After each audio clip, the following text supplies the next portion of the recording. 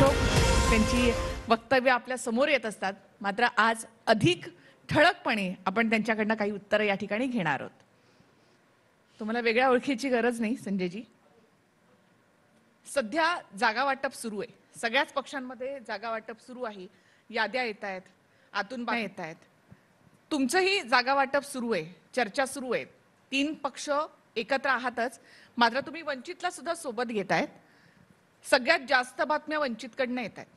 तुमच्यात आणि वंचितमध्ये सध्या नेमका काय माइंड गेम सुरू आहे? नाही, त्यात माइंड गेम असण्याचा कुठे प्रश्न येतो आहे. हे पहा की काँग्रेस, राष्ट्रवादी काँग्रेस आणि शिवसेना हे गेल्या 2.5-3 वर्षापासून एकत्र आहेतच, जास्त काळ असेल. एकत्र आम्ही सरकार स्थापन केलं, एकत्र आम्ही आता विरोधी पक्षात सुद्धा आम्ही एकत्र काम करतो आहोत. इंडिया आघाडीमध्ये आम्ही एकत्र आहोत. लोकसभेची तयारी आता सुरू आहे आणि आपल्याला माहीत असेल की प्रकाश आंबेडकरांची अनेक वक्तव्य आपण पाहिली असतील की आम्हाला महाराष्ट्र विकास आघाडीत सामील करून घ्या, बरोबर, आम्हाला इंडिया आघाडीमध्ये सामील करून घ्या, ही त्यांची भूमिका आहे. आणि आमची अशी भूमिका आहे की जर या देशातली लोकशाही, या देशातलं संविधान ज्या प्रकारे संकटात आहे आणि त्याच्या रक्षणासाठी लोकात जागृती करण्याचं काम डॉक्टर बाबासाहेब आंबेडकरांचे नातू करतायत. त्यांनी एक संघटन उभं केलं आहे, त्यांना आपल्याबरोबर ठेवलं पाहिजे. आणि प्रकाश आंबेडकर यांच्या इच्छेनुसार आम्ही त्यांना महाविकास आघाडी समाविष्ट करून घेतलं. जागा वाटपामध्ये ते आमच्याबरोबर चर्चेत सहभागी आहेत, त्यांचे प्रतिनिधी सहभागी आहेत. अनेकदा ते सुद्धा चर्चेत स्वतः सहभागी झालेले आहेत. त्याआधी शिवसेना आणि वंचित बहुजन आघाडीचं 2 पक्षांची युतीही आम्ही जाहीर केलेली आहे. आता फक्त लोकसभेच्या दृष्टीनं जागा वाटप कसं काय करता येईल याच्यावरती आता अंतिम मसुदा तयार होतो आहे. आणि काल परवा या संदर्भातली अंतिम चर्चा आम्ही संपवलेली आहे. आता बैठका होणार नाहीत. आता साधारण आमच्या डोक्यामध्ये किंवा आमच्या तिघांच्या चौघांच्या डोक्यामध्ये कन्सेप्ट तयार आहे की कोण कुठे लढू शकेल. फक्त आमचा आकडा वाढवायचा म्हणून जागा नाही वाढवायची. आम्ही 25 लढणार, आम्ही 30 लढणार, आम्हाला 27 जागा पाहिजेत, आम्हाला 28 जागा पाहिजेत, नाही. तुम्ही कोणती जागा जिंकू शकता किंवा तुमच्या मदतीनं आम्ही कुठे जिंकू शकतो, आमच्या मदतीनं तुम्ही कुठे जिंकू शकतो, हा सरळ फॉर्म्युला आहे. शिवसेना किंवा राष्ट्रवादी काँग्रेस किंवा काँग्रेस किंवा वंचित जागांचं ओरबाडणं नाही होणार. जे भारतीय जनता पक्ष आमच्या बाबतीत करत आली अनेक वर्ष, ते इथे होणार नाही. जिंकेल त्याची जागा, हे सूत्र आहे. आणि वंचितसुद्धा त्याच्यामध्ये सहभागी आहे. पण वंचितने 27 जागांची मागणी केली आहे. मला असं वाटत नाही की त्यांनी 27 जागा लढण्यासाठी मागितलेली आहे. हे मीडियाचं परसेप्शन आहे. अलीकडच्या बैठकीमध्ये आम्ही जेव्हा चर्चा करतो तेव्हा प्रत्येकानं आम्ही कोणत्या जागांवर तयारी केली, आमची तयारी आहे. आम्ही बघा, अच्छा, म्हणजे त्यांची 27 जागांवर लढण्याची तयारी आहे. म्हणजे त्यांनी त्यांच्या कार्यकर्त्यांचं केडरचं काम तिथे त्यांनी दाखवलेलं आहे. आता जर युती झाली नाही तर आपण सगळ्या जागा लढतो. शिवसेनेची 48 जागांवर तयारी आहे, काँग्रेसनं 48 जागांची तयारी केलेली आहे. तशी शरद पवारांच्या काँग्रेसची पण काय महाराष्ट्रात आपण लढल्यावरती कोणता मतदारसंघ आपल्याला कधी लढावा लागेल किंवा आपल्याकडे येईल तेव्हा तयारी पाहिजे. आम्ही राजकीय पक्ष आहोत ना. आम्ही काय फक्त 4-5 मतदारसंघ आहेत तिथेच आम्ही लढू नये. 48 जागांवर तयारी आहे. आणि प्रकाश आंबेडकरांचं नेतृत्व हे महाराष्ट्रातलं मोठं नेतृत्व आहे. त्याच्यामुळे त्यांनीसुद्धा जर या 27 जागांची तयारी केली असेल तर चुकलं काय. आणि ही तयारी त्यांनी बहुजन महाराष्ट्र विकास आघाडीत येण्याआधी तयार केली आहे. त्याच्यावर त्यांचं म्हणणं आहे की याच्यापैकी तुम्ही आम्हाला काय देऊ शकता, ही भूमिका आहे कोणत्याही पक्षाची जर असेल तर त्यात चुकलं काय. पण मग प्रकाश आंबेडकरांकडनं ही जी मागणी आहे 27 जागांची मागणी, पण त्याच्या आधीपासूनच, मगाशी मी माइंड गेम हा शब्द वापरला, त्याच्या आधीपासूनच महाविकास आघाडीमध्ये सामील म्हणजे त्या बैठकांमध्ये येण्यासाठी आंबेडकरांनी म्हटलं मला पत्रच मिळालं नाही, मला निमंत्रणच आलं नाही. तुम्ही त्यांना लेखी पत्र दिलं. पत्र दिल्यावर आंबेडकर असं म्हणाले की त्याच्यावर हायकमांडची सही नाही.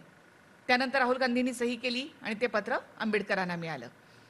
त्यानंतर आंबेडकर असं म्हणाले की आम्हाला एकत्र बसवलं नाही, तुम्ही जेवणाचे फोटो बाहेर काढले आणि ते दाखवले. हे काय चाललंय नेमकं? काही असं नाही. मुळात आपण जे म्हणताय की राहुल गांधींच्या सहीचं पत्र आम्ही कोणाला दिलंय ते पूर्णपणे चुकीचं आहे. असं कोणतंही राहुल गांधींचं पत्र, सहीचं पत्र आम्ही दिलं नाही. 3 पक्षाचे नेते बसतात, त्यांचे इतर सहकारी बसतात. नाना पटोले प्रदेश काँग्रेसचे अध्यक्ष आहेत, जयंतराव पाटील हे राष्ट्रवादी काँग्रेस पक्षाचे अध्यक्ष आहेत, शिवसेनेच्या वतीनं मी पक्षाचा नेता म्हणून बसतो, माझ्याबरोबर विनायक राऊत असतात, बाळासाहेब थोरात असतात, पृथ्वीराज चव्हाण असतात, कालपर्यंत अशोकराव चव्हाणसुद्धा बसत होते, जितेंद्र आव्हाड असतात, रवींद्र पवार असतात राष्ट्रवादीकडून. आम्हाला प्रत्येकाला आमच्या पक्षानं अधिकार दिलेला आहे चर्चा करण्याचे आणि निर्णय घेण्याचे.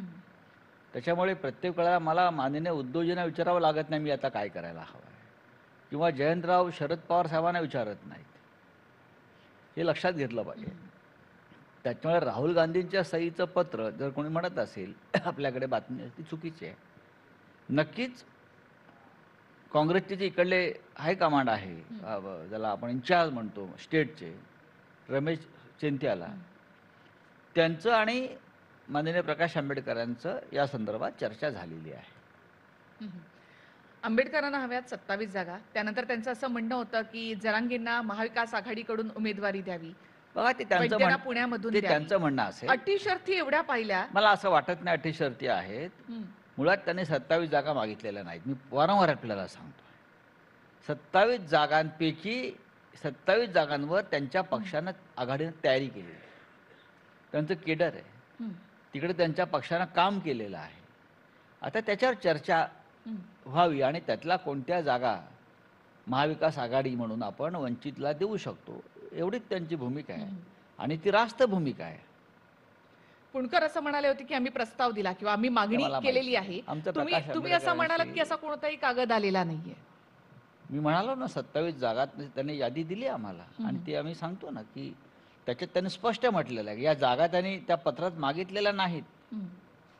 आमची 27 जागांवरती आम्ही आधीच तयारी केलेली आहे. आता दुसरं एक आहे की 5-6 तारखेला बैठक होणार आणि त्यामध्ये जागा वाटपाचं ठरणार आहे.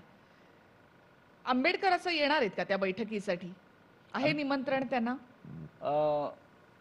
स्वतः प्रकाश आंबेडकरांची इच्छा आहे की शेवटची जी बैठक आहे अंतिम, ती माननीय उद्धव ठाकरे, शरद पवार साहेब, बरं का, यांच्याबरोबर व्हावी आणि प्रकाश आंबेडकर, 3 पक्षाचे 3 प्रमुख आणि आम्ही सगळे, ही त्यांची इच्छा आहे. त्यानुसार आम्ही 5 किंवा 6 तारखेला ही बैठक घेऊ असं त्यांना आम्ही कळवलं. मी सकाळीच त्यांच्याशी बोललो या विषयावर.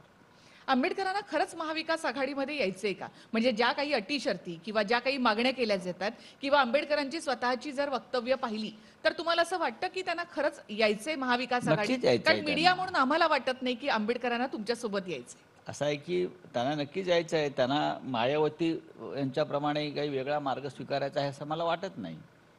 कारण शेवटी हा समाज जो आहे, आंबेडकरी समाज, हा ज्या प्रकारे या देशामध्ये सध्याच्या सरकारकडून कायदा, संविधान, डॉक्टर आंबेडकरांचा विचार, लोकशाही या संदर्भात ज्या भूमिका घेतलेल्या आहेत मोडतोडीच्या, संपूर्ण या देशातला आंबेडकरी समाज, दलित समाज, वंचित समाज हा अस्वस्थ आहे आणि आपापल्या समाजाच्या नेत्यांवर त्यांचा प्रचंड दबाव आहे की काही झालं तरी या पद्धतीची हुकुमशाही जी डॉक्टर बाबासाहेबांना अजिबात मान्य नव्हती, ती हुकुमशाही आता आपल्याला सहन करायची नाही. त्याच्यामुळे या देशातला अल्पसंख्याक समाज असेल, या देशातला दलित वंचित समाज असेल, बरं का, हे सगळे आज महाविकास आघाडीबरोबर एकजुटीनं उभे आहेत. आणि मला असं वाटत नाही की या परिस्थितीमध्ये अप्रत्यक्षपणे कोणी भाजपची सुपारी घेऊन भाजपला मदत करेल, मला वाटत नाही. प्रकाश आंबेडकर हे त्या प्रकारचे नेते नाहीत. म्हणजे तुम्हाला खात्री आहे की प्रकाश आंबेडकर तुमच्या सोबत येतील की असं आणि तर नाही प्रकाश की- आंबेडकर हे हुकुमशाही विरुद्ध लढणारे एक नेते आहेत. डॉक्टर आंबेडकरांचे नातू आहेत आणि त्यांची भूमिका स्पष्ट आहे, त्यांचा विचार स्पष्ट आहे. ते स्पष्ट दिसत आहेत. म्हणजे काय विचार आहेत हो, आहेत किंवा ना. जागा वाटपामध्ये जी काही चर्चा सुरू आहे ती दिसते. हो. आम्हाला असं वाटतं की खरं तर तुमच्या युतीचा पोपट मेलाय, पण ते सांगायचं कुणी हा प्रश्न आहे. खरं आहे. नाही, युतीचा पोपट आमचा जो म्हणताय, मुळात आमचा पोपट झालेलाच नाहीये. काँग्रेस, राष्ट्रवादी आणि शिवसेना ही मूळ युती आहे हे आपल्याला माहीत असेल. आमच्याबरोबर सगळे डावे पक्ष एकजुटीने उभे आहेत. तुम्ही फक्त प्रकाश आंबेडकरांच्या भूमिकांवरून हा पोपटाचा निष्कर्ष काढणं चुकीचं आहे. प्रकाश नाही, ती आंबेडकर युती नाही म्हणत आहे मी, आंबेडकरांबरोबरची. नाही नाही, आंबेडकरांबरोबर युती होईल ना. यापूर्वी का आम्ही त्यांच्याशिवाय लढलेलो आहोत ना 2019ला. त्याच्या आधी सुद्धा त्यांनी इच्छा व्यक्त केली, मला महाविकास आघाडीत का आमंत्रण देत नाही, मला का बोलवत नाही, मी तुमच्या विचाराचा आहे, मी सुद्धा संविधान वाचवण्यासाठी लढतो आहोत. आणि आम्हालाही असं वाटतं की प्रकाश आंबेडकर आणि त्यांची वंचित बहुजन आघाडी ही असायला पाहिजे. आणि त्यानुसार आम्ही त्यांच्याशी सन्मानानं चर्चा केलेली आहे. तुम्ही असं म्हणालात की ज्याची ताकद जास्त त्या ठिकाणी त्याला जागा दिल्या जातील. वंचितची ताकद किती मी जागा? असं म्हणालो, मी म्हटलं जिंकेल त्याची जागा, तेच जिंकेल जो त्याची जिंकू जागा. शकेल एखाद्या मतदारसंघात एकमेकांच्या मदतीनं. उत्तम उमेदवार पाहिजे, उत्तम बांधणी पाहिजे, लोकांमध्ये त्या पक्षाचा त्या मतदारसंघामध्ये बेस पाहिजे, केडर पाहिजे. आणि या सगळ्याचा विचार सीट टू सीट प्रत्येक जागेवर ते आम्ही बसून केल्यामुळे आम्हाला पूर्ण खात्री आहे ज्या वेळेला महाराष्ट्रामध्ये आम्ही फार मोठी आघाडी घेऊ. त्यासाठी तुम्हाला 15 ओबीसी उमेदवार द्यावे लागतील, 3 बघा, अल्पसंख्याक उमेदवार द्यावे बघा, लागतील. महाविकास आघाडी म्हणून विचारलं, एखाद्या व्यक्तिगत स्वरूपाच्या कागदावरती कोणी विचार करत नाही. कॉमन मिनिमम अजेंडा असेल किंवा अन्य काही गोष्टी असतील, प्रकाश आंबेडकरांनी त्यांची भूमिका मांडली असेल. किती जागा त्यांना दिल्या जातील? आम्ही चर्चेत ठरवू, ते येतील ना उद्या किंवा 5 किंवा 6 तारखेला चर्चेत. नाही, त्यांचं म्हणजे तुम्ही जसं म्हणालात की ज्याची क्षमता म्हणजे जिंकून येण्याची क्षमता हा एक क्रायटेरिया असेल त्याचा. वंचित नक्कीच जिंकू शकतात ते. अनेक जागा अशा महाराष्ट्रामध्ये आहेत जिथे महाविकास आघाडी म्हणून वंचितचे उमेदवार जिंकू शकतात. अगदी 1, उदाहरण 2, घ्या ना तुम्ही. नाही, अनेक जागा आहेत ना. 2019च्या निवडणुकीमध्ये वंचितला फार चांगलं मतदान झालं आहे महाराष्ट्रामध्ये. स्वतः प्रकाश आंबेडकर सोलापूर आणि अकोल्यात उभे होते आणि त्या दोन्ही ठिकाणी ते उभे राहिल्यामुळे काँग्रेसचे उमेदवार पडले. ते जिंकले नाहीत, काँग्रेसचे उमेदवार पडले. त्याच्यामुळे त्यांच्यामध्ये जी पाडण्याची ताकद आहे इतरांना, ती जिंकण्याच्या ताकदीमध्ये परिवर्तित करावी, ही सगळ्यांची सकारात्मक भूमिका आहे.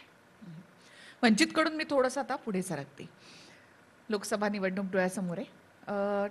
महाविकास आघाडीमधले 3 पक्षांपैकी 2 पक्ष ज्यांचं स्वतःच्या पक्षाचं नाव नाही आणि आता चिन्ह नाही, एक ठाकरे गट म्हणजे शिवसेना उद्धव बाळासाहेब ठाकरे पक्ष आणि दुसरा आहे राष्ट्रवादी काँग्रेस शरदचंद्र पवार पक्ष. या 2 पक्षांकडे पक्षाचं नाव आणि चिन्ह नाही. अशा वेळेला तुम्ही कसं लढणार आहात? आपलं स्वतःचं चिन्ह कसं पोहोचवणार? चिन्ह पोचलं, मशाली पोचली, तुतारीही पोचली. आता प्रश्न आहे घड्याळ आणि धनुष्यबाणाचं काय करायचं. बरं का, चिन्ह घेतलं म्हणजे काय, तुम्ही काय सर्व बादशाह होता का? जिथे ठाकरे तिकडे शिवसेना, जिथे शरद पवार तिथे राष्ट्रवादी काँग्रेस. कोणी आयरा गैरा येतो आणि त्या चिन्हावर पक्षावर दावा सांगतो, दरोडा टाकतो आणि त्या दरोडेखोरीला इलेक्शन कमिशन असेल किंवा सत्ताधारी असतील त्या दरोडेखोरीला मदत करतात. अशामुळे काय राजकारण चालत नाही ना. शिवसेना ही शिवसेना आहे. एकनाथ शिंदेनी काय शिवसेनेला जन्म दिला का अजित पवारने राष्ट्रवादी काँग्रेसला जन्म दिला? या राज्याची जनता ओळखते ना. सुप्रीम कोर्टाने सांगितलं आहे, जनता सगळं पाहत्याने ओळखते. हे सुप्रीम कोर्टाचं अलीकडचं राष्ट्रवादी काँग्रेस संदर्भातला निर्णयावर केलेलं भाष्य आहे. त्याच्यामुळे या महाराष्ट्राच्या जनतेला, देशाच्या जनतेला सगळं कळतं आहे. शरद पवार हयात आहेत, पक्षाचे संस्थापक, फाउंडर. आणि अजित पवार सांगतात माझा पक्ष, आणि इलेक्शन कमिशन सांगते त्यांचा घ्या. हां, हे काय पाकिटमारी आहे का? पाकिटमारांची टोळी लावली आहे इलेक्शन कमिशनने. इथे कोणाचे मारा पक्ष आणि कोणाच्या हातात द्या नाही. असे अनेक पक्ष आले आणि गेले, चोरलेले गेले. आता जनता पक्ष होता, तर जनता पक्षाचे अधिकार डॉक्टर सुब्रण्यम स्वामीकडे आहेत म्हणून पक्ष त्यांचा झाला का? तो नाही, अजिबात होणार नाही असं. शिवसेना ही ठाकरेंचीच, लोक त्यांच्याच मागे राहतील मतदार. आणि राष्ट्रवादी काँग्रेस ही शरद पवारांची. ठीक आहे, थोडंफार नावामध्ये बदल झाले असतील, चिन्ह बदललं. अनेक वेळा अनेक चिन्ह बदलून सुद्धा लोक उभे राहतात. आमचा पक्ष फुटल्यावर अंधेरीला एक पोटनिवडणूक झाली, ती आम्ही मशाल चिन्हावर लढलो. विधानसभेची निवडणूक आमच्या ऋतुजा लडके जिंकून आल्या ना. त्या चिन्हावरती. आम्हाला अजिबात चिंता नाही आहे. चिंता ज्यांनी आमची चिन्ह चोरली, पक्ष चोरला, त्यांच्यावरती टांगती तलवार आहे. तुम्हाला असं वाटतं की फक्त एवढ्याच मुद्द्यावर, एक सहानुभूतीच्याच मुद्द्यावर मोदींशी किंवा लढता येईल, मोदी गॅरंटीशी लढता येईल? काय मोदीकडे काय आहे मग? रामाची लहर, बाकी काय आहे? कुठे रामाची लहर? राम काय त्यांच्या सातबाऱ्यावरती काय प्रभू श्रीरामाचं नाव लिहिलं आहे का? मोदीने काय केलंय? कोणती गॅरंटी आहे? दाखवा ना. 30 गॅरंटी 10 वर्ष घेऊन फिरतायत. मोदीने केलेली 10 कामं दाखवा, जी स्वतःची आहेत. UPA काळात केलेल्या कामांची उद्घाटनं करत फिरतायत. आता इथे तो सागरी सेतूचं उद्घाटन करणार. कोणी केला? उद्धव ठाकरेंनी केला हो. अटल सेतू नाव दिलं, ठीक आहे. कोणाच्या काळात सुरू झालं आहे? काँग्रेसच्या काळात सुरू झालं आहे काम ते. तुम्ही उद्घाटनाला येत आहे फक्त. तुम्ही स्वतःचं काय केलं ते दाखवा. स्वतःची पोरं दाखवा. दुसऱ्यांच्या पोरांना तुमची नावं देऊ नका. थोडंसं आणखी पुढे जाते. मगाशी सुनील तटकरे आले होते. सुनील तटकरेंनी असं म्हटलं की 2020 मध्ये, मला वाटतं ऑगस्ट, ज्यावेळेला पंतप्रधान नरेंद्र मोदी यांना भेटण्यासाठी म्हणून उद्धव ठाकरे, अशोक चव्हाण आणि अजित पवार दिल्लीमध्ये गेले होते, त्यावेळेला त्यानंतर, त्या भेटीनंतर शिवसेनेमध्ये, ठाकरेंमध्ये ही चर्चा होती की आता आपण भाजपसोबत जायला हवं. तुम्ही ही चर्चा राष्ट्रवादीच्या बैठकीमध्ये सुद्धा सांगितली होती, असं तटकरे म्हणाले. असं काही झालं नाही. तटकरे खोटं बोलतात. तटकरे खोटं बोलताय? राष्ट्रवादीच्या बैठकीत जाऊन आम्ही कशाला सांगू? नक्कीच हे काय लपून राहिलेलं नाही. माननीय उद्धवजींनी हे वारंवार जाहीर सभातून सांगितलेलं आहे की प्रधानमंत्र्याबरोबरच्या बैठकीत काय झालं हे त्यांनी मुलाखतीत सांगितलेलं आहे. त्याच्यामध्ये हा नवीन गौप्यस्फोट काय केला? प्रधानमंत्र्यांबरोबरच्या बैठकीमध्ये तेव्हा अजितदादा पवार डेप्युटी CM होते. मला वाटतं अजून एक अशोकराव चव्हाण होते. ती बैठक झाल्यावरती मोदी आणि मुख्यमंत्री उद्धव ठाकरे आणखी काही काळ बसले आणि त्यात त्यांनी या महाराष्ट्राच्या राजकारणाचा आढावा घेतला. त्या बोलण्यातून असं कल दिसला की मोदींना असं वाटतं की शिवसेनेनं परत त्यांच्याबरोबर यावं. मोदींना वाटतं असं, तो एक कल दिसला आणि हे उद्धवजीने बाहेर येऊन आम्हालाही सांगितलं. पक्षात चर्चा होते ना. आमच्या पक्षात हुकुमशाही नाही आहे, हा असा कल दिसतोय. तेव्हा पक्षात असं सांगण्यात आलं की ज्या पक्षाने आपल्याला फसवलंय, ज्या पक्षाने आपला पक्ष संपवायसाठी इतकं मोठं कारस्थान केलंय, त्यांच्यावर आपण परत का जायचं, ही आमच्या पक्षातली नक्कीच चर्चा झाली. आत्ता सुद्धा, ह्या क्षणी सुद्धा माननीय उद्धव ठाकरे यांच्यावरती दिल्लीतले अनेक प्रमुख नेते जाळं फेकायचा प्रयत्न करतात की आपण परत एकदा येऊ, बसू, चर्चा करू, आमच्याकडून चुका झालेल्या आहेत त्या आपण दुरुस्त करू. भाजपतल्या? नक्की. दुसरं कोणाचं? बरोबर. पण आम्ही त्या संदर्भात कोणती रिॲक्शन देत नाही. आम्ही महाविकास आघाडीमध्ये काम करतो आहोत आणि आम्ही शेवटपर्यंत महाविकास आघाडीत राहू. आम्ही जर सातत्यानं नितीश कुमार प्रमाणे पलट्या मारत बसलो तर आमच्यावरती विश्वास कोण ठेवेल? आमच्या नेतृत्वावरती, आमच्या पक्षावरती. लोकांचा विश्वास महत्वाचा आहे. हे घेतलेला विचार अर्धवट सोडून पुढे जाणार नाही. भारतीय जनता पक्षाबरोबर 25 वर्ष आम्ही केली. आम्ही त्यांचा अनुभव घेतलेला आहे. आमचा पक्ष त्यांनी फोडला, आमचं चिन्ह त्यांनी ताब्यात घेतलं, आमच्या लोकांना त्यांनी नादाला लावलं. बरं का? नादाला लावलं असं म्हणतो मी, वेगळ्या अर्थाने घ्या तुम्ही ते. हां, नादाला लावलं. आणि असे नादाला लावलेले जी माणसं असतात ना, ती फार काळ राहत नाही, ती दुसरंच लागतात. लोक या तमाशातून त्या तमाशाकडे, त्या तमाशातून त्या तमाशाकडे लोक फिरत असतात. हां, रोग शिंदेकडे नाही, मी लोकांना नादाला लावलं म्हटलं मी. ठीक आहे, असे नादाला लावणाऱ्या लोकांना आमच्याकडे नको जागा नाही परत आणि आम्ही त्यांच्याकडे जाणार नाही. बरं, तुम्ही म्हणता जाणार नाहीत. तटकरे मात्र थोडं वेगळं म्हणाले होते. तटकरे आपण बघूया ना तटकरे काय म्हणाले. मला पाहण्याची गरज नाही. तटकरे काय ब्रह्मदेव आहेत का? पण ते म्हणाले की मी छाती ठोकपणे सांगू शकतो की असं म्हणालेत आणि माझं वक्तव्य दाखवा तुम्ही, असं म्हणाले. छाती आहे का त्यांच्याकडे? छाती असेल तर बोलतील ना. हिम्मतबाज माणसाला छाती असते, डरपोकांना छाती नसते. सोडून द्या.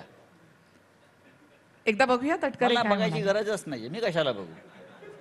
पण तटकरे असं म्हणाले होते की तुम्ही बैठकीत तिथे त्यांच्या बरोबर सांगितलं. मी अजिबात हो सांगितलं असं ना की शिवसेनेत ही चर्चा होती की भाजप सोबत जायचं का. नाही नाही, चर्चा झाली, पण आम्ही सगळ्यांनी म्हटलं आता आपल्याला जायची गरज नाही. एकत्र बसताना आम्ही चर्चा करतो ना अनेकदा. त्यांचं म्हणणं होतं की उद्धव ठाकरेंची ते कोण? इच्छा होती भाजपमध्ये जाण्याची, अजिबात नाही. भाजप सोबत जाण्याची. ते खोटं बोलतात, ते खोटं बोलतायत आणि त्यांना खोटं बोलण्याचा नाद आहे. सवय बोलत नाही मी, त्यांना नाद आहे. ते अंतुलांशी खोटं बोलले ज्यांनी त्यांना राजकारणात आणलं, ते शरद पवारांशी खोटं बोलले ज्यांनी त्यांना इतकं वाढवलं. ह्यांच्यावर काय विश्वास ठेवत आहे? हे स्वतःच्या मायबापांवरती हे निष्ठेनं राहत नाहीत, विचारानं राहत नाहीत. त्यांच्यावर तुम्ही आम्हाला प्रश्न विचारताय, चुकीचं आहे. अजित पवार भाजपसोबत गेले, अशोक चव्हाण भाजपत गेले, हे नेते का जात आहेत? त्यांना विचारलं पाहिजे, किंवा इक्बाल मिरचीला विचारलं पाहिजे जिवंत असेल तर, किंवा ते जे सिंचन घोटाळ्यातले सूत्रधार आहेत त्यांना विचारायला पाहिजे, मोदींना विचारायला हवं. या सगळ्याचे सूत्रधार नरेंद्र मोदी आहेत. अशोक चव्हाण का गेले? नरेंद्र मोदींना विचारा. या सगळ्यांच्या भ्रष्टाचाराची प्रकरणं देशाच्या प्रधानमंत्र्यांनी काढलेली आहेत जाहीरपणे. सिंचन घोटाळा, आदर्श घोटाळा, इक्बाल मिरचीचा घोटाळा, आणि त्यांनीच त्यांना त्यांच्या पक्षात घेतल्यामुळे हे प्रश्न आम्हाला विचारण्यापेक्षा त्यांना विचारले मग ठाकरे गटातले आणखी काही नेते आहेत जे जाण्याच्या मार्गावर आहेत? आयडिओलॉजी, विचार, भूमिका, सत्य, न्याय, धर्म हे काही नाही आहे. डरपोक आहेत, पळपुटे आहेत, केलेली पापं त्यांना संरक्षण हवं आहे म्हणून ते जातात.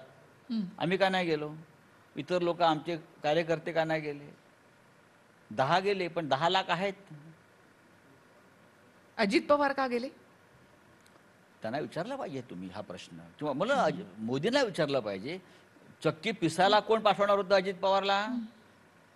कोण? देवेंद्र फडणवीस ना. चक्की पिसिंग, चक्की पिसिंग, चक्की पिसिंग, चक्की पिसिंग. देवेंद्र फडणवीसना इथे बोलवा आणि त्यांना हा प्रश्न विचारा. मी कशाला सांगू? तुम्ही शिंदेना गद्दार म्हणता, मग अजित पवारांना तुम्ही काय म्हणणार? दुसरं काय म्हणणार?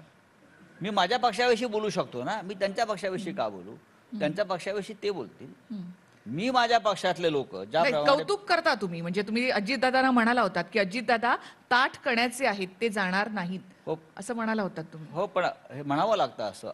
मी अशोक चव्हाण जाणार नाहीत असंही म्हणालो होतो ना, कारण मला माहिती आहे ते चालले आहेत.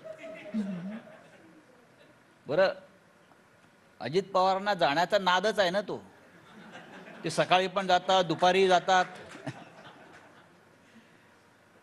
अशा नादी छंदी लोकांविषयी कशा करता तुम्ही चर्चा करताय? सोडून द्या. पहाटेच्या शपथविधीचं माहिती नव्हतं, मात्र आता अजितदादा जाणार भाजपसोबत, हे माहिती होतं तुम्हाला? नक्की कल्पना होती? बघा, जो माणूस घाबरलेला आहे, ज्या माणसाचे पाय लटपटत आहेत, जो माणूस हिमतीन उभा राहू शकत नाही, त्या माणसाकडनं तुम्ही काय अपेक्षा करणार? कोणी असेल, मी अजित पवारांचं नाव घेतो असं नाही, कोणी असेल. आमच्या पक्षात पण होते ना असे निपजलेले काही लोक. अजित पवार गेले, अशोक चव्हाण गेले, ईडी, सीबीआय हा सगळा दबाव होता म्हणून गेले, अशी वारंवार टीका तुम्ही. टीका कशाला? सत्यच आहे ना ते. टीका कशाला? वेगळं काय त्याच्यामध्ये? सत्य आहे ते. बरं, यदा कदाचित समजा असं काही परिस्थिती निर्माण झाली, राजकीय परिस्थिती निर्माण झाली, आणि समजा उद्धव ठाकरे हे भाजपसोबत गेले, तर मग संजय राऊतांचा स्टँड काय असेल? लोकही विचारतात. हे उद्धव ठाकरे आणि संजय राऊत वेगळे नाहीत, हे सगळ्यांना माहिती आहे. आणि उद्धव ठाकरे यांचं नेतृत्व असं आहे की ते कायम लोकभावनेचा आदर करतात. आज महाराष्ट्राची लोकभावना जी आहे ही शिवसेनेच्या पाठीशी यासाठी आहे की हा माणूस हिमतीनं लढतो आहे. इतके आघात झाले, इतके हल्ले झाले, पक्ष चोरला, चिन्ह चोरलं, पण लढतो आहे. ज्यांनी आमच्यावरती ही वेळ आणली, आम्ही त्यांच्याबरोबर जाण्या इतके नालायक नाही आहोत. उद्धव ठाकरेंना मी तुमच्यापेक्षा जास्त ओळखतो, बरं का. लोकांचा आमच्यावरचा विश्वासच सोडून जाईल, राजकारणावरचा विश्वास सोडून जाईल. आम्ही म्हणजे नितीश कुमार नाही ना. म्हणजे ठाकरे कधीही भाजपसोबत जाणार नाही, पुढेही कधी नाही, भविष्यातही. का जावं? का कशा करता? असं काय आहे भाजपमध्ये? असं काय ठेवलंय भाजपमध्ये की आम्ही जावं? नाही, तुम्ही म्हणता ना की राजकारणामध्ये कधीही कोणी कायमचा शत्रू किंवा मित्र नसतो. राजकारणात काही होऊ शकतं. राजकारणात काहीही होऊ शकते, खरं आहे. आम्ही काँग्रेस किंवा राष्ट्रवादी बरोबर सरकार बनवू असं कोणाला वाटलं होतं का? ही वेळ भाजपने आमच्यावर आणली. अशा भाजपबरोबर आम्ही परत का जावं? म्हणजे कुठलीही परिस्थिती आली तरी सुद्धा ठाकरे कधीही भाजपसोबत जाणार नाही. शिवसेनेचं उत्तम चाललेलं आहे भाजपशिवाय. आम्ही काय एलिझाबेथ टेलर नाही एकाच माणसाची 4 वेळा लग्न करायला. ती एलिझाबेथ टेलरने केली होती.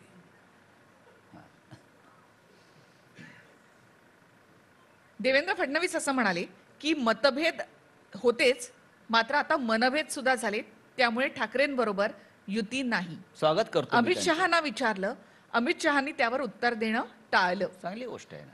म्हणजे यापुढे ठाकरेंबरोबर युती नाही हे भाजपचं ठरलंय. हो, पण तुम्ही म्हणता दिल्लीतनं फोन येतात किंवा तशी काही हो, विचारणा ते होती खोटं बोलतायत ते की सगळे. हे उद्धव दोघे- ठाकरेंनी सोबत यावं. बघा हे दोघे खोटं बोलतायत.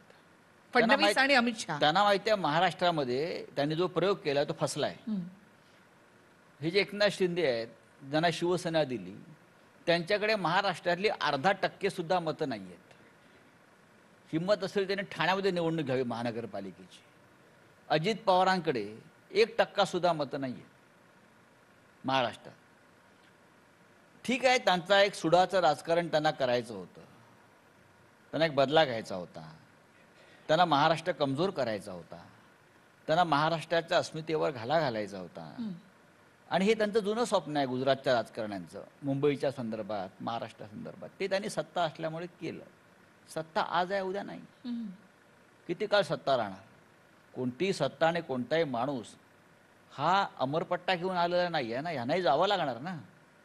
तेव्हा पाहू ना आम्ही. पण या सगळ्या सुडाचा केंद्रबिंदू हा 2019ची निवडणूक किंवा 2019ला स्थापन झालेली महाविकास आघाडी. 2014 साली युती कोणी तोडली? आम्ही तोडली का? 2014 साली भारतीय जनता पक्षाने युती तोडली आहे. ह्यांना फसवण्याचा नाद आहे लोकांना. हे नादी लोक आहेत, हे सगळ्यांना फसवतात देशभरामध्ये. जे त्यांच्याजवळ राहिले, निष्ठेनं राहिलं, आधी त्यांच्या पाठीमध्ये खंजीर खूप असतात हे लोक. आणि यांना असं वाटतं की कायदा घटना याची काही गरज नाही या देशाला, आम्ही काही करू शकतो. पण हे फार काळ चालत नाही. हा देश महान आहे. या देशावरती लोकशाहीचा संस्कार आहे. या देशाला एक राज्यघटना आहे. हा देश काय इदी आमीनच्या पद्धतीनं चालवला जाणार नाही.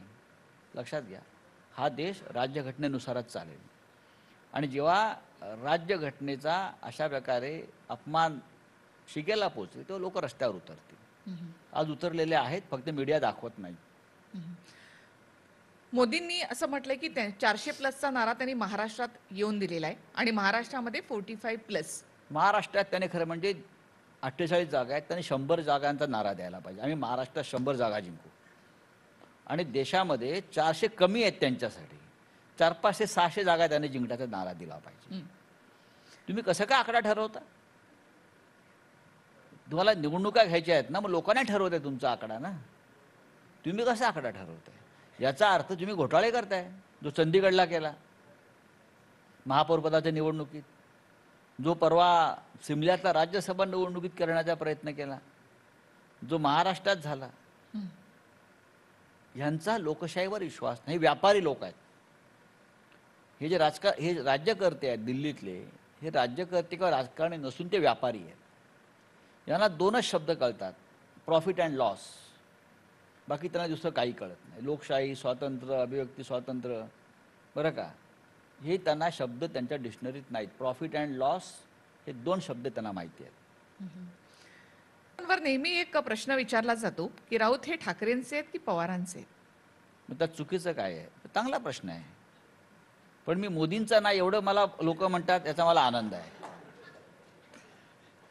पण आहात कोणाचे तुम्ही, ठाकरेंचे की पवारांचे लाडकी? दोघांचाही लाडका आहे. त्यात चुकीचं काय आहे? या महाराष्ट्रामध्ये किंवा देशामध्ये ज्यांचं नेतृत्व लोकांनी स्वीकारलं आहे, आपण राजकारणात त्यांना ज्युनियर आहोत, त्यांच्याकडनं काय शिकता आलं, त्याने आपल्याला प्रेम केलं, त्याच्यात चुकलं काय?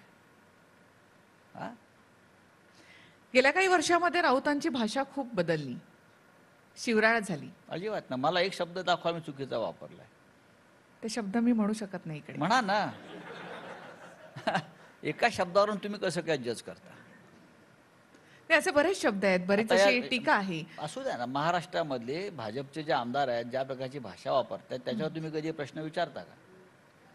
ते म्हणतात तुमची प्रतिक्रिया आहे ती.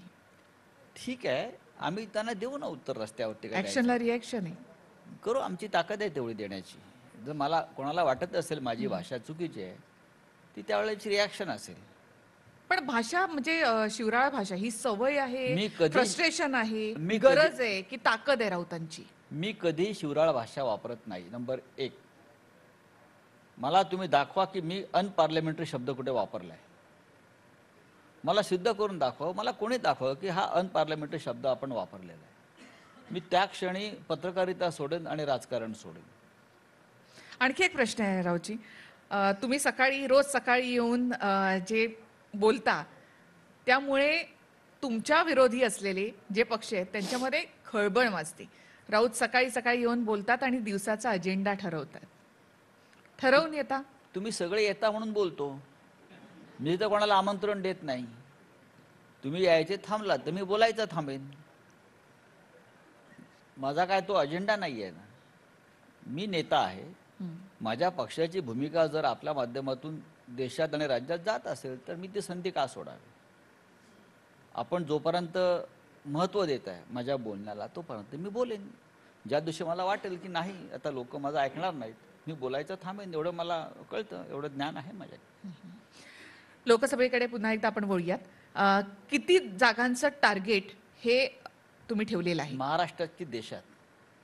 देशातही म्हणा, महाराष्ट्रातही सांगा. मोदी प्रधानमंत्री होत नाहीत एवढं टार्गेट आम्ही ठेवलं आहे. समजा हायपोथेटिकल जरी आपण बघायचं झालं तरी समजा भाजपला तेवढ्या जागा मिळाल्या नाही आली एनडीएचं सरकार, इंडियाचं सरकार आलं. येणारच नाही इंडियाचं सरकार. बरं, नाही येणार. आपण समजूया तुम्ही म्हणताय म्हणून आपण ते मान्य करूया. 220च्या पुढे जात नाहीत. मी आता सांगतो काय फॉर्म्युला आहे? फॉर्म्युला कशाला पाहिजे. देशाचा नकाशा समोर ठेवा. देशाचा नकाशा समोर ठेवा आणि त्या राज्यानुसारच गणित मांडा. मग मी सांगतोय ते किती आहे पहा. म्हणजे एकटी भाजपा 220च्या पुढे जाणार अजिबात नाही नाही. असं तुम्हाला वाटतं? कुठून आणणार जागा?